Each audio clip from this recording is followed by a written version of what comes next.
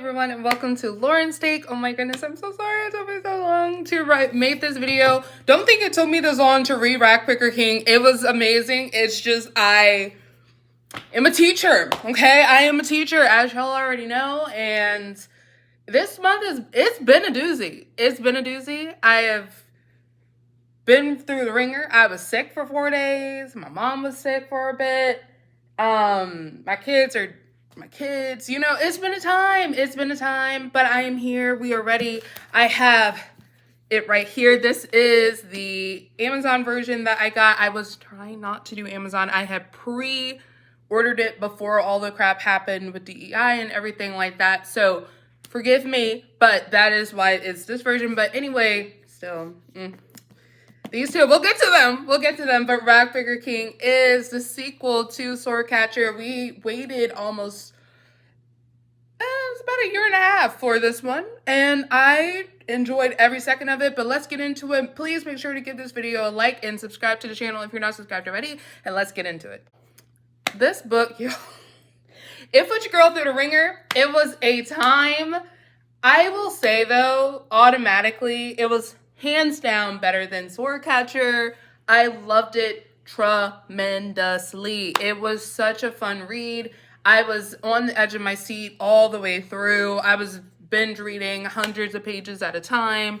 I really enjoyed this one because I think, as I was saying in my Swordcatcher review, and I looked back at it just to make sure I was on the right wavelength, I think the biggest thing that was tough with Swordcatcher is because, of course, this was the very first book in the series. That was the, you know, the world building. Everything was happening with world building. We were trying to meet new characters, or meet all the characters, get to know all of the characters, also introduce most of the plot and whatnot. And so, of course, it was tough and it was slow. It was very slow, but it got good close to the end of the book. It also ended out as one of my top books in 2023. So I was very excited for Ragpicker King when it officially came out. And so when I finally got this, I automatically started reading as soon as I could, and I was hooked. It was just so much fun.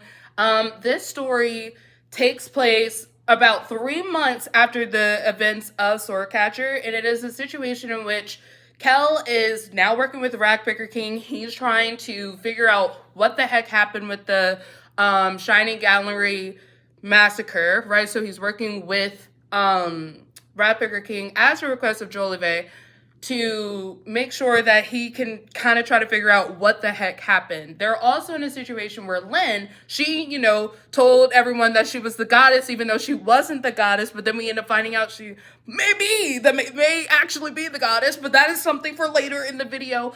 And so she's in that place, but we're also in a situation where she and Connor, they have something, but they are forbidden to be with one another. So she is just like, I'm not gonna go there. Not gonna go there. She's also working with the Ragpicker King to also help Kel be able to figure out what the heck is happening. This is like the main thing throughout the whole novel. But of course we get introduced to 50,000 other things and whatnot. Okay, so that is what happened.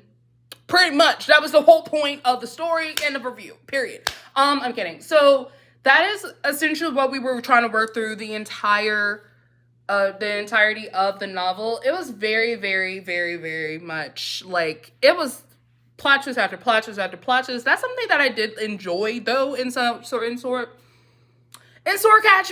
And it was one of the things that I really was just enjoying so much in this novel. I think Cassie did a phenomenal job making sure that she was like really like keeping us on the edge of our seat throughout the entire novel. I think the whole thing with the Arnold Grammont of it all, I cannot stand that man. He is disgusting. What he was going to do to our girl Antonetta, I was like, absolutely not. We are not doing that. That is sick. He is a sicko.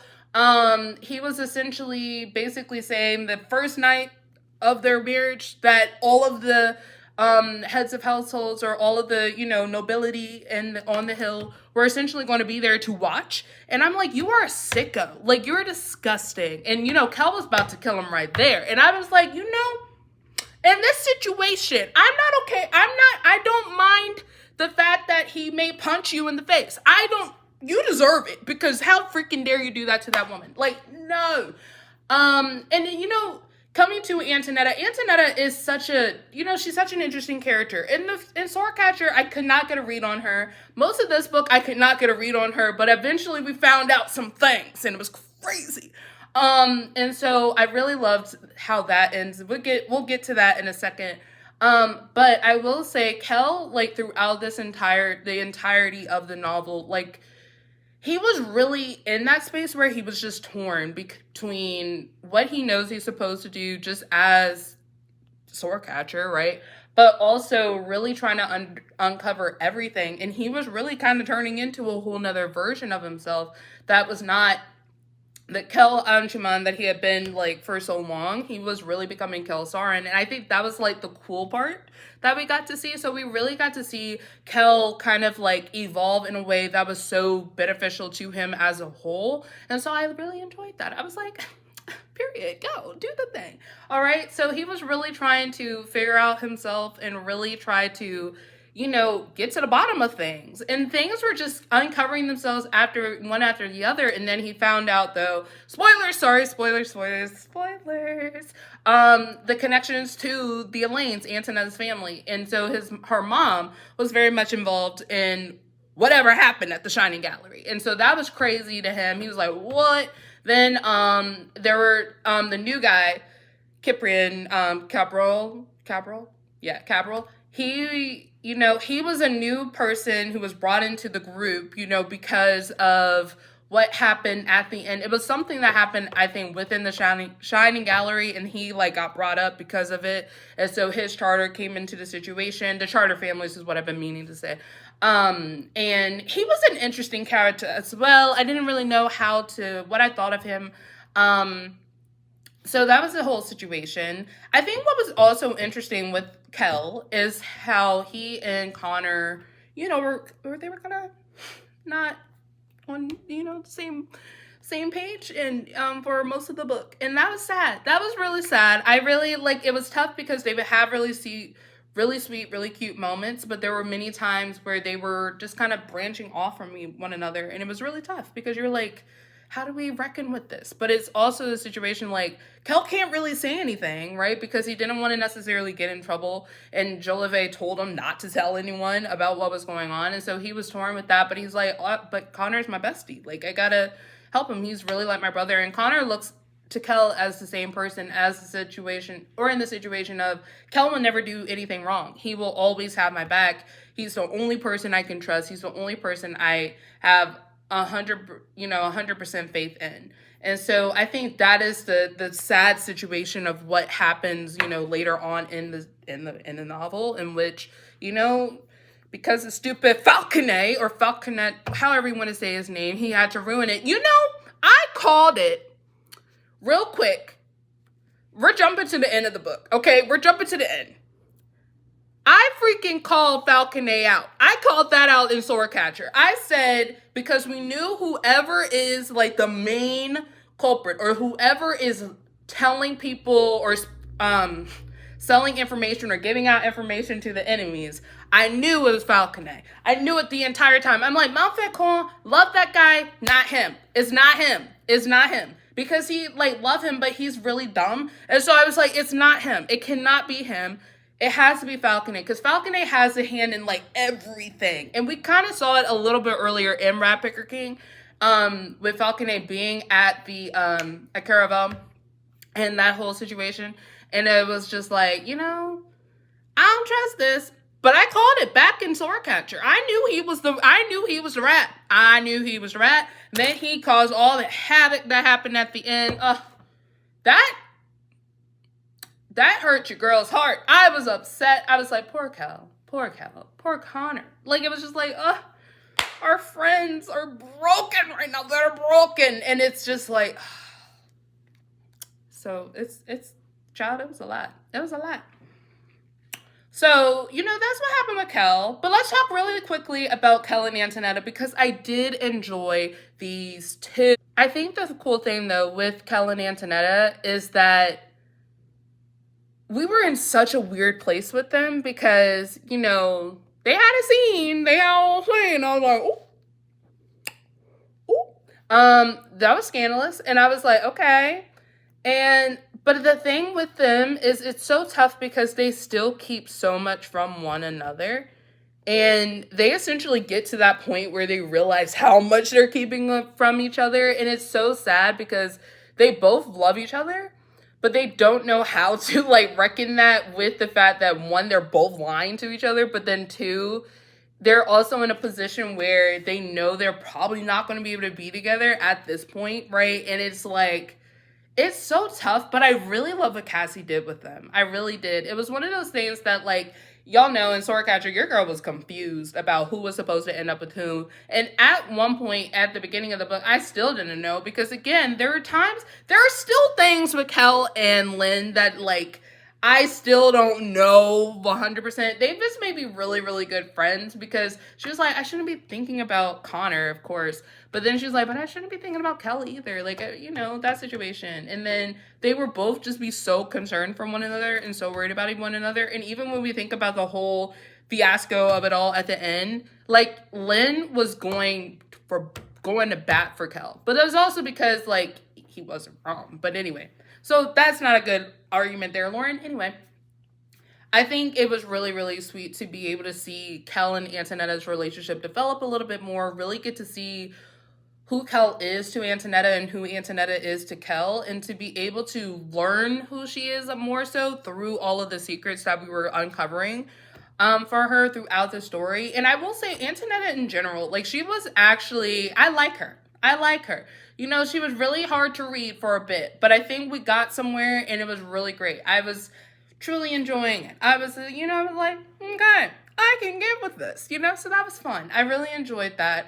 But, real quick with that, the fact that our girl is Prosper Beck, that did not cross my mind in any side of the word. It did not cross my mind. It was craziness. I was shooketh beyond belief when I figured out or found out that she was Prosper Beck. I was starting to kind of figure it out closer to the end when it was like right about to be like announced. But that was something, like, put down in the comments like if you caught on to that. I caught on to Falconet, but I did not catch on to her potentially being Prosper Beck. And I really loved what Cassie did there. I think it's really cool that it was a woman this whole time really, being this like mastermind of crime, and really having all these connections and everything. And it really connected to her goal in the end. And I love that for her. I love that for her. So yes, Antonetta, I can't wait to see that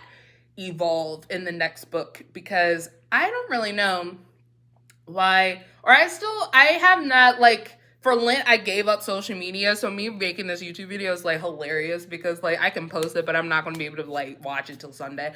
And the funny thing, though, I think what's so interesting is I have not, like, found out any information about what is going on, in terms of what's happening in the third book. I haven't heard the title. I haven't heard anything. I'm, like, behind, so forgive your girl. But it is one of the situations where I really am excited to see how Kel and Antonetta's relationship evolves, but also to see them kind of come back together in this way where they're kind of relearning each other in a situation, or in a sense.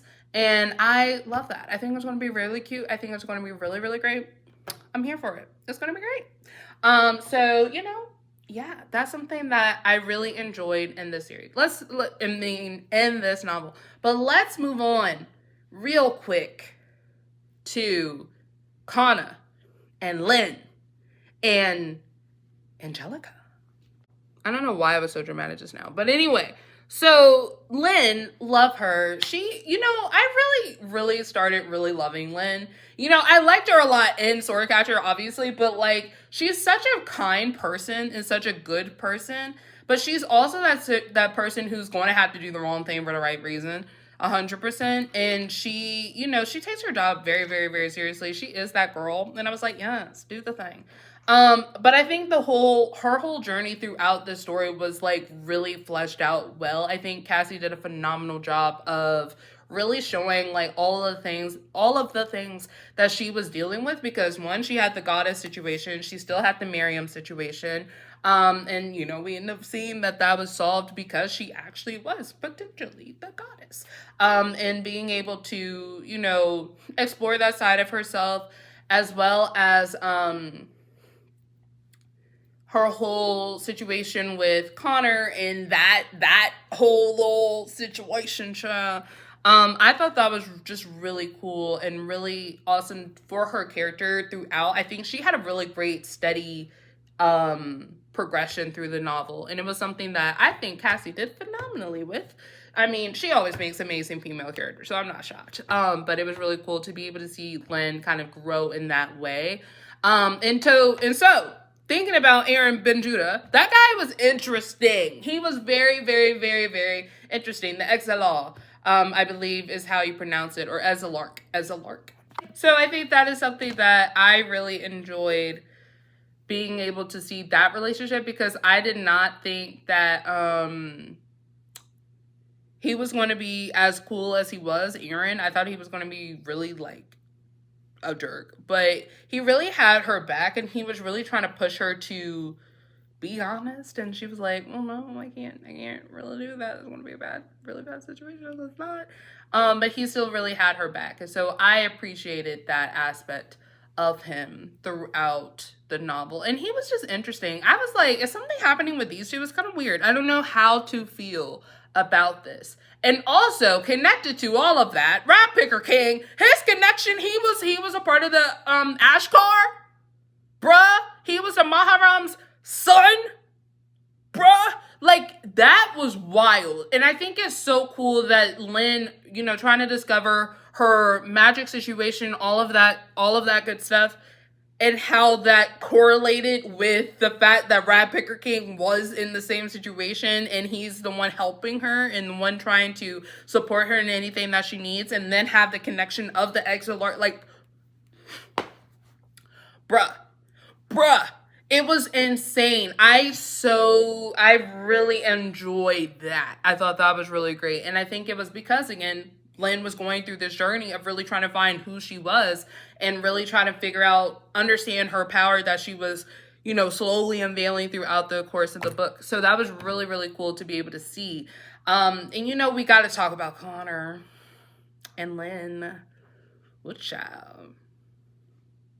That scene, I was like, oh, I was kind of upset though. I was like, I really wish this was more romantic, you know.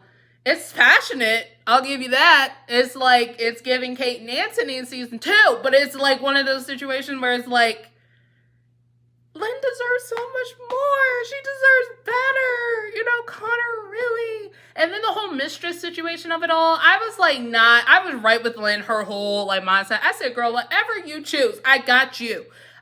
Because Connor is a king, not a king, he's a prince. And he's, you know, but it's tough because he's like, I don't know what to do. And she's like, I don't know what to do. They both have like serious responsibilities. And I think that has like been like the saddest part of it all, because you just don't know what to do with these two.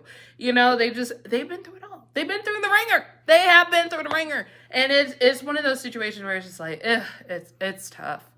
Oh, it's tough. It's really, really tough, because you don't know how to feel. You don't know what to think of how to uncover it all. And so, I loved them though. And that last scene they had, I believe it's the scene where, no, they have two last scenes, kind of. The scene at her house and then the scene in the castle, like right before the end. And then also when she uncovered what happened with his dad, like, bruh, he's a phoenix. He's a phoenix. I thought that was really, really interesting. I don't know how that's going to go over. It's going to be a whole little situation. We'll figure it out. But I'm intrigued to see how that's going to start, like, being a thing within Connor. So that's maybe something we'll figure out in the next book.